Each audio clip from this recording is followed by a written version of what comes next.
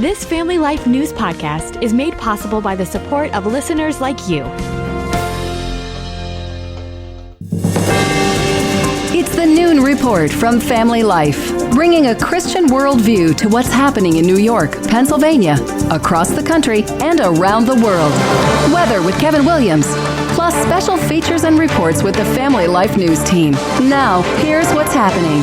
Good afternoon. Thanks for checking in. We'll begin in the Middle East. Israeli forces today struck Hamas targets in Doha, Qatar, ratcheting up another notch this ongoing war. Reporter Greg Palcott tells us why today's strike was so significant. Hamas leadership away from Gaza uses Qatar as a base of operation. And according to Israeli television, 5 of the top leaders of Hamas were killed. The Qatari government condemned the Israeli military action. They are one of 2 countries, Egypt the other, that's mediating peace talks right now between Israel and Hamas. Meantime, Israel's head of state vowing revenge for yesterday's terror attack on a bus stop in Jerusalem. Correspondent Elizabeth Palmer. Violence is about to escalate. Prime Minister Netanyahu warned Gazans to get out of Gaza City as the military prepares to step up its operations from the air and on the ground. Among the Hamas leaders killed today in Qatar was the Arab leader who headed up that group's hostage negotiation team. We'll have more on the military strike in Doha later in the broadcast. In a 6-3 decision yesterday, the U.S. Supreme Court has cleared the way for the Trump administration to resume sweeping immigration enforcement raids in Los Angeles.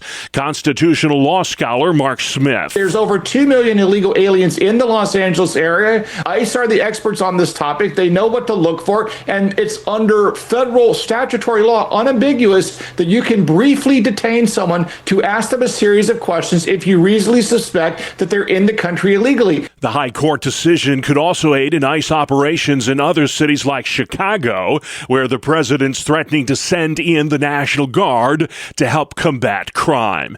President Trump's instructed the U.S. Education Department to issue new guidance protecting the right to pray at school. He made that announcement yesterday during a speech at the Museum of the Bible. Ryan Walters is the superintendent of the public school system in Oklahoma. We've got to protect religious liberty. We've got to bring prayer back. Think about how worse society has gotten since we removed prayer from school. This is the right move, and President Trump should be thanked for this. Walters says the First Amendment guarantees freedom of religion, not freedom from religion. Experts say it's another sign of the dangers of too much screen time. New federal testing data shows the reading skills of high school seniors has hit a 33-year low. Their math performance is the lowest it's been since 2005. A new NBC News poll shows Gen Z men rank getting married and having kids much higher on their priority list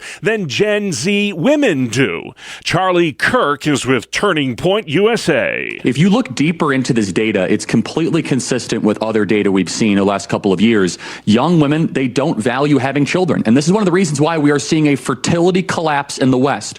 We're seeing less and less young people get married. We're seeing more and more people go into their 30s to have children. The family values gap is even more pronounced when it comes to political preferences. Young men who voted for Donald Trump rank getting married and having kids as their top life goals. For young women who voted for Kamala Harris, those priorities did not even rank in the top 10. We're hearing more from the man seen in that viral video at a Phillies-Marlins baseball game in Miami. Drew Feltwell corralled a ball that went into the stands for his son, who was celebrating his birthday, and then they were confronted by that woman who said the ball was hers. The screaming and yelling is what killed it for me. You know, I would have loved to turn my back or pushed her away or something like that, but I just decided to make it end and give her the ball. The son had the last laugh. He later got a signed bat from the Philadelphia Philly who hit that home run. Still to come on the Noon Report, outrage over ICE raids. transgender policies in Berwick, and Knoebels knows roller coasters. Good afternoon. I'm Kevin Williams. All is serene on the weather scene today. Where do we go from here? Forecast details are up in 10. All right. Thank you, Kevin. Let's check some of the stories making news where you live across New York and Pennsylvania. Protesters have set up shop outside a U.S. Customs and Border Protection office in central New York. They're demonstrating against a recent ICE raid at a family-owned business in Cayuga County. About 70 Latino workers there were taken away last week during a surprise law enforcement operation. It's scary. It's traumatizing for sure. Humans deserve rights, and we need to enforce that for them. We have to be the voice for those that are voiceless. I know how hard it is, and I became a citizen about 9 years ago, and I understand the plight of so many of these people. Federal law enforcement officers are holding a news conference today in Albany to discuss more last Thursday's raid on that food processing plant in the town of Cato. Sheriff's deputies from Cayuga and Oswego counties assisted some federal workers in that raid. The Cayuga County Sheriff says the raid was the result of an ongoing investigation into what he calls felony-level crimes. A big win in the war on crime in the Queen City. Buffalo police reported 0 homicides last month, and that hasn't happened in 40 years. There's also been about a 28% decrease in shootings, and car theft is down by more than 30%. Pennsylvania Governor Josh Shapiro says his office will be prepared if President Trump tries to deploy National Guard troops to the Keystone State. I think what the president's doing is wrong. I think what the president's doing injects chaos in communities, and I can tell you that we are prepared should he decide to try that here. Philadelphia is on the short list of cities the Trump White House may send troops to help curb violence. New York State prisons are in need of thousands of corrections officers some 6 months after a labor dispute over working conditions inside state prisons. State Prison Commissioner Daniel Marticello says job vacancies are being filled through New York's new Recover, Recruit, and Rebuild program. I think people recognize the hard work that the men and women inside docks perform each and every day and how rewarding this career can be. Marticello says despite a 3-week wildcat strike back in February and March, interest in careers in corrections is still strong in New York. We've seen a 62% increase in hiring and 46% increase in people graduating the academy. Through a grievance process, the state prison system has hired back nearly 750 corrections officers whose employment was terminated when that 22-day strike concluded. New York police are ticketing a growing number of motorists for violating the state's expanded move-over law. It requires drivers to move over or slow down for vehicles that are stopped along the side of the highway. It's not just dangerous, it's against the law. Education is just as critical. The goal isn't just writing tickets, it's about preventing those tragedies. Trooper Linnea Crane telling WROC. Just by looking at your cell phone, some drivers will say, I was just changing the song on I was just looking at the maps, and that could end in a tragedy just doing those simple things. Just that split second, looking away, being distracted, it could be the difference of whether someone lives or dies. She says the past 2 years there's been about a 40% increase in tickets issued for violating the state's move-over law.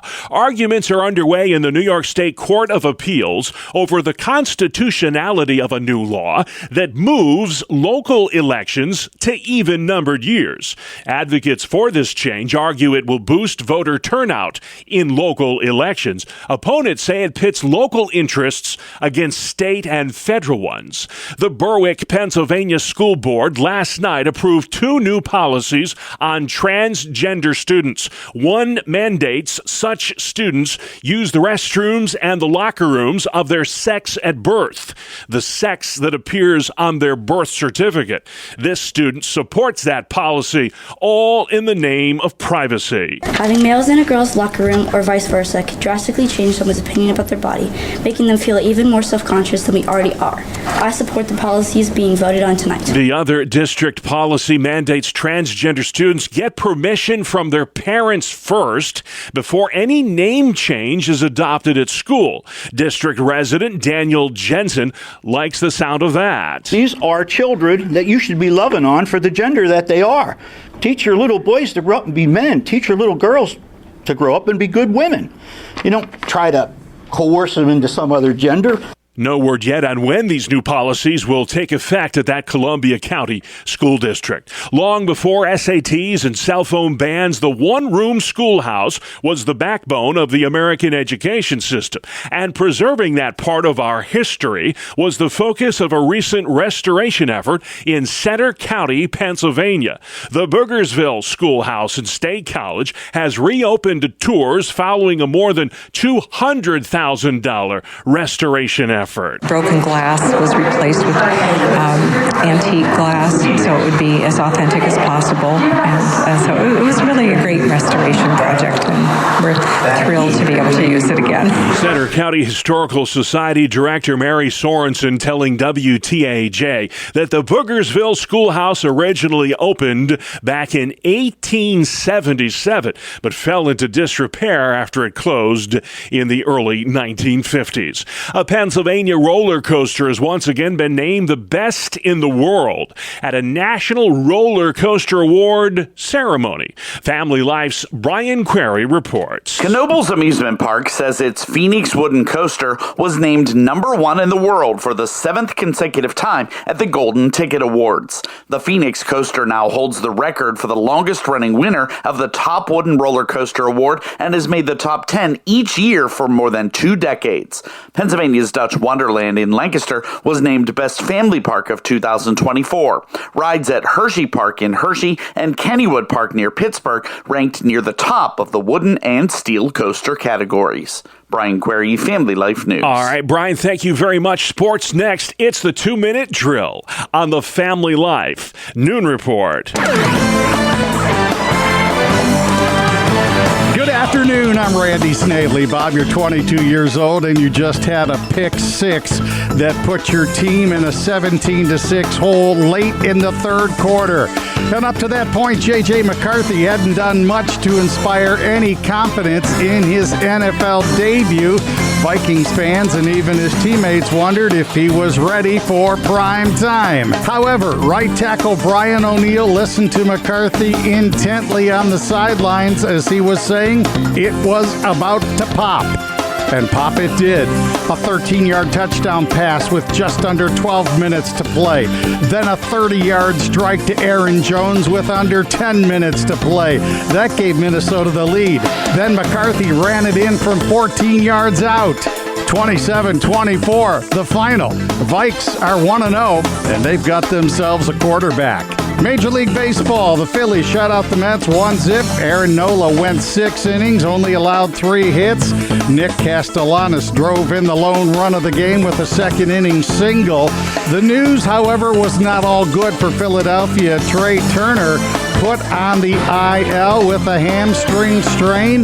They are hoping he will be back for the playoffs. Elsewhere in baseball, for the second game in 3, the Dodgers took a no-no into the 9th inning, but again did not get it. They did, however, win this time 3-1 over the Rockies. Tyler Glasnow, 7 innings of no-hit ball, and he struck out 11. Josh Bell became the second Nationals player ever to homer from both sides of the plate in the same game. Bell had a huge night going 4 for 6. He drove in 6, and the Nats 15-7 win over Miami. Also picking up wins, the Braves. Padres, they walked it off on a sac fly from Fernando Tatis, 4-3 over the Reds. The Giants, Rangers, Mariners, Guardians, Twins, and Red Sox.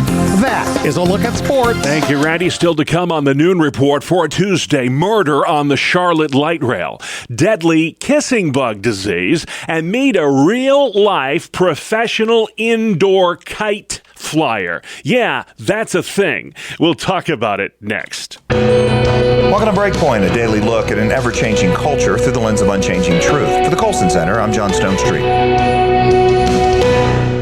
Last week, a 12-year-old girl in Scotland was charged with carrying an offensive weapon. Video showed her brandishing a knife and a hatchet against a man while screaming at him to get away from her. You can also hear her sister scream at the man in the background. The girl claims that she and her sister were being sexually harassed and followed. The man claims that he and his wife were on the way to shop when they were approached by the girls, cursed at, and accused of being an illegal migrant. The couple, originally from Bulgaria, are in Scotland legally.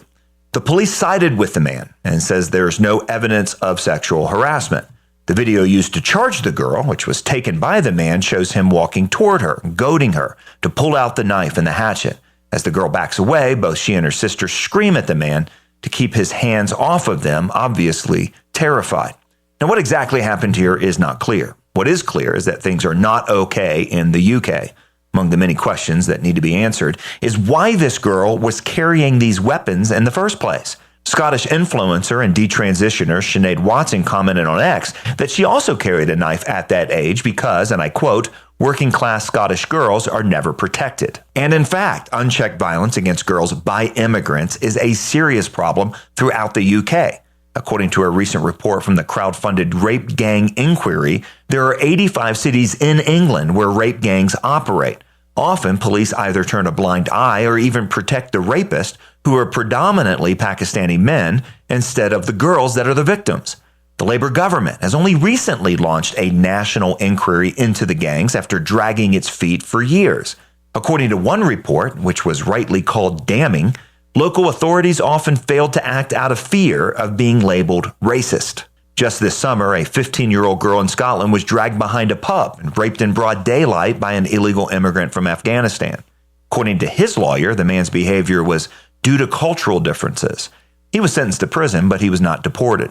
And there were over 68,000 reported rapes in the UK in 2023, which is a nearly seven-fold increase from 2000. Given this state of cultural chaos there, is it any wonder that a girl might decide to break the law in order to protect herself? It's unclear in this particular case who the aggressor was, but it happened in the context of a systemic failure to protect girls and young women from predatory men. When governments treat immigrants more leniently in court than citizens, there's a real problem. When courts release violent criminals to commit more crimes, there's failure to perform the most fundamental responsibility of government, which is to protect people and punish evildoers. A society that refuses to protect girls who are from lower classes or even sacrifices them on the altar of things like social cohesion, that is a society that has capitulated to evil.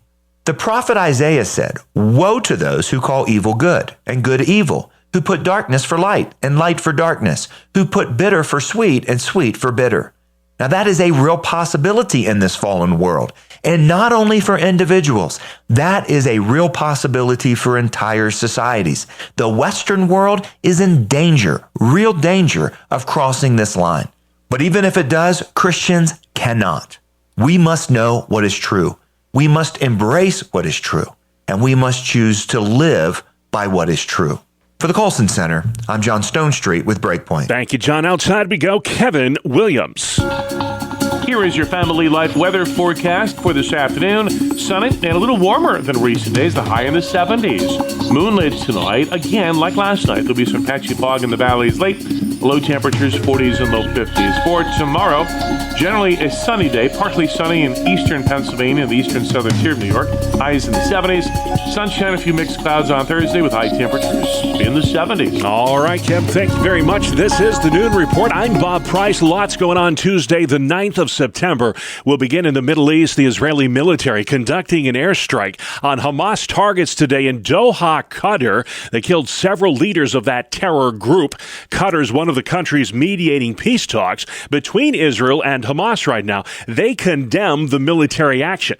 Meantime, Israel is warning Palestinians to get out of Gaza City as the Jewish state begins its final assault on the last stronghold of Hamas. Here's reporter Ramy Inocencio. High-rise after high-rise in Gaza City has been leveled by Israel.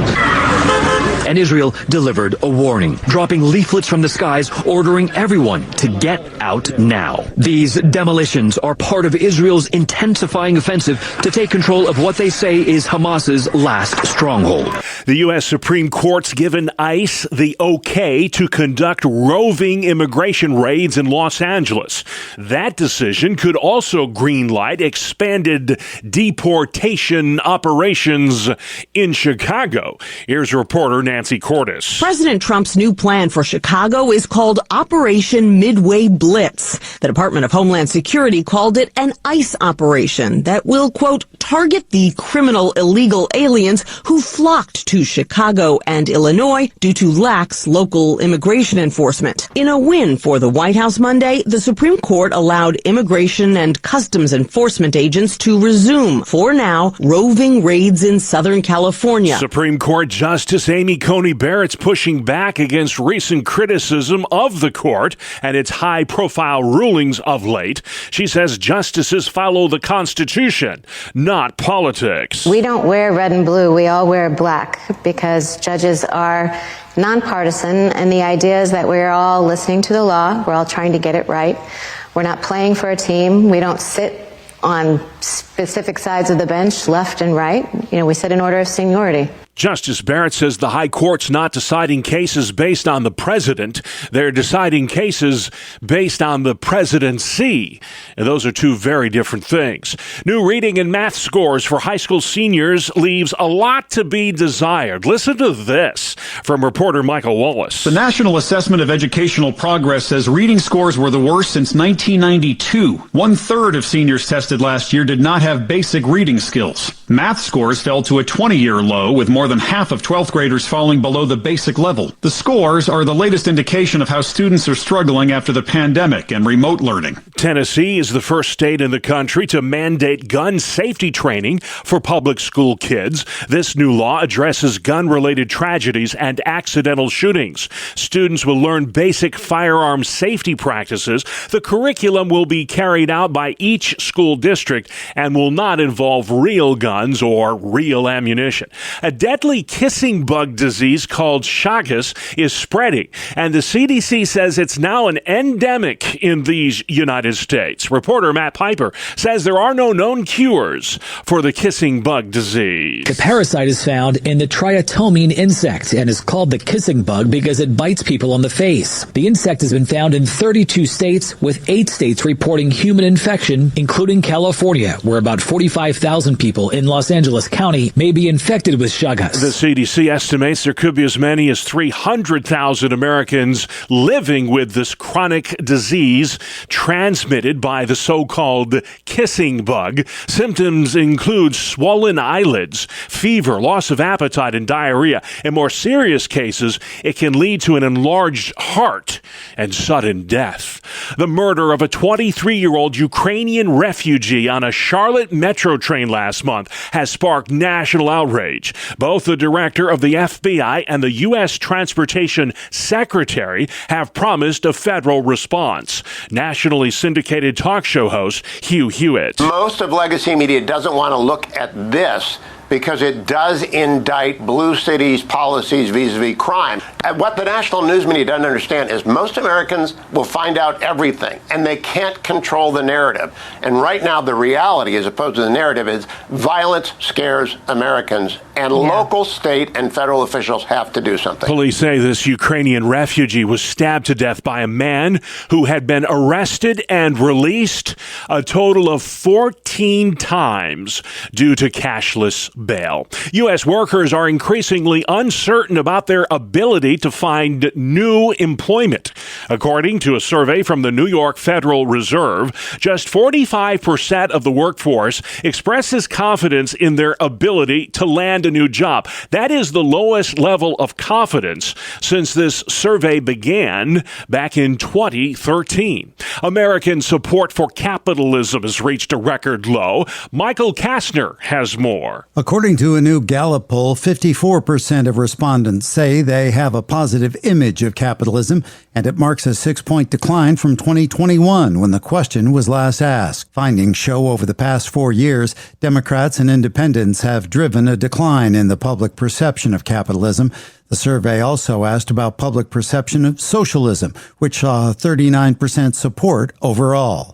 I'm Michael Kastner. President Trump spoke on religious liberty yesterday at the Museum of the Bible in our nation's capital. He was joined on stage by a 12-year-old boy from California who fought back against his school for pushing a book that promoted transgenderism. I've been a Christian my whole life, and Jesus means everything to me. When I was in 5th grade, my school forced me to teach my kindergarten buddy about changing his gender using a book called My Shadow is Pink. The book said you can choose your gender based on feelings instead of how God made us. I knew this was not right, but I was afraid of getting in trouble. After my family spoke up, the school treated us badly, and kids started bullying me and my brother because of our faith.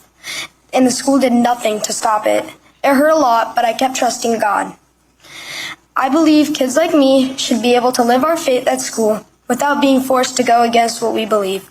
I hope no other family has to go through what mine did. At that event yesterday, the president directed the Department of Education to issue new guidance that protects the right to pray in public schools. Next at noon, if you tell this guy to fly a kite, he won't mind. Mike Stolagros of Walton, New York, is an expert on the little-known art and sport of indoor kite flying. In fact, he's so good, he's headed to the World Indoor Kite Flying Championships next month in China. Didn't even know that was a thing. Apparently it is. And Stolagros spoke about this with our own Mark Webster. Oh, let's go fly a kite up to... It seems like a real non sequitur, kite flying indoors. How does that even work? It's very lightweight kites. My kite is about 2 foot by about 3 foot, and it weighs 9 grams. That's about as much as a nickel and a penny put together.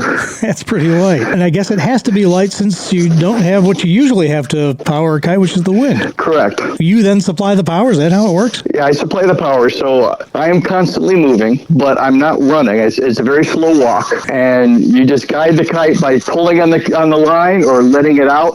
The faster you pull the line, the higher it climbs. Then by maneuvering the kite, you can make it do different tricks. How in the world did a guy from Walton, New York, wind up getting into this? I used to own a gymnastics equipment supply company, and I was supplying equipment to an event in Wildwood, New Jersey. And I was in one convention hall, and they had indoor kite flying in the other convention hall. And I walked through the door. They told me about it. They let me try it out with one of their kites, and I was hooked. That was about 15 years ago. I had not heard about indoor kite flying. How widespread is this in America and the rest of the world? In America, it's not real widespread. In the kiting community, people know about it. The numbers nationwide are not huge, but in the rest of the world, it's very popular. Interesting. How big of a space do you need to do this? A basketball court is perfect. I work on 30 feet lines, so a 25-foot ceiling and a basketball court really works out well. Now, you not only got into this as kind of a fun thing to do, but you actually do it competitively. Tell me about that. You put routines together to music, and you're judged based upon how well you maneuver your kite and make it do different elements. There are not required elements. You just make up your own routine. They want to judge you on how well it goes with the music and audience appreciation. It has some ties then maybe to your gymnastics background. It sounds a little bit like maybe rhythmic gymnastics, or at least a cousin to it. A cousin to it, sure. What sort of tricks can you do with an indoor kite? One of the difficult ones that I do is I make the kite fly about 2 inches above the ground for a full circle. You make it do turns on its axis. I do what I call a lasso, where I make it look like I'm swinging a lasso, and it goes over my head and over to either side. So there's a number of things that I can do with my single line kite. I think if I tried something like that, I'd wind up like Charlie Brown flying his kite. Oh, it happens. It happens. I've had my glasses get caught on the line. I tripped and fell one time and hit my head on the floor and had to get stitches. I did not realize indoor kite flying was such a dangerous activity. Neither did I. But you've persevered with it, and now I understand you're actually going to, is this a world championship in China next month? Yes, it's the World Championships. The way you qualify for that is they ask you to submit a video, and then you submit the video, and a team of judges look at the videos from all the kite flyers and select who's going to compete. Is there a Babe Ruth of kite flying out there? Is there some guys who are or gals who are big names in indoor kite flying? There's one guy, John Brussi. He's out in Oregon, and he is one of the few people I know that actually makes a living with kites. He gives lessons. He does shows all over the world. But most people are similar to me, where if you've got time off from work, you'll go to a festival, and if you're lucky, they pay your expenses. Not going to get into it for the money, just more for the joy of it. Exactly. Do you always practice indoors, or do you do outdoor flying as well? I always do indoors. I've been working on flying outdoors for a number of years, but living in Walton, there's no straight line wind. It's all turbulent, so it's kind of hard to practice. Yeah. How big of an undertaking for you personally? It's got to be no small task just to get to China to compete here. Well, this is an event where they cover all my expenses. Oh, nice. So they're organizing the plane trip, the lodging, the meals, everything. Now, I'm bringing my wife and daughter with me, so I've got to pay for that, and we're going up a week and a half in advance to be tourists. Yeah, might as well there if you're going to take that long trip. How do you rate your chances there? Is it hard to even gauge that? I've not flown with other people from other countries, so it's hard to tell. In the U.S., I'm pretty good, and I would say that I have a very good chance of winning, but internationally, I don't know. Okay, well, we'll find out. When is this happening exactly? The competition is on October 17th. Well, best of luck to you, and I just want to say go fly a kite. You don't have to ask me twice. Let's go fly a kite up to the high. Absolutely love it. Thank you, Mark. There are some fascinating people in the Family Life listening area for sure. That's one of them. Mike Stulagros of Walton, New York, headed to China next month for the World Indoor Kite Flying Championship. This is the Noon Report on Family Life. Good afternoon. Here is your Family Life regional weather forecast. It's a tranquil weather pattern. Sprawling high pressure continues to rule the roost, and the results are weather stays pleasant and quiet. We are getting to need some rainfall again, but don't have any significant rain ahead for several days. In fact, the next chance of any notable showers won't come until about Sunday or perhaps Monday of next week. But for this afternoon, sunny and a little warmer than recent days, the high in the 70s. Moonlit tonight, again like last night. There'll be some patchy fog in the valleys late. Low temperatures 40s and low 50s. For tomorrow, generally a sunny day, partly sunny in eastern Pennsylvania and the eastern southern tier of New York. Highs in the 70s. Sunshine, a few mixed clouds on Thursday with high temperatures in the 70s. We'll take it. Thank you, Kevin. Finally, today's National Teddy Bear Day. Who doesn't love a teddy bear? Bree Tennis definitely does, and she files this report. Most people were given a teddy bear as a child, and if you were, odds are you still have it. They were named after President Theodore Roosevelt back in 1902. They offer comfort, they're great listeners, they catch tears, travel well, and can rock a party hat. And according to Sleep.com, 40% of all adults still sleep with their childhood teddy bear. And that's okay. I'm Bree Tennis. All right, A-OK in my book. Thank you, Bree. And that's our world, the world we live in. Tuesday, the 9th of September. I'm Bob Price. Family Life News. You've been listening to the Noon Report, heard weekdays on Family Life. Thank you for listening.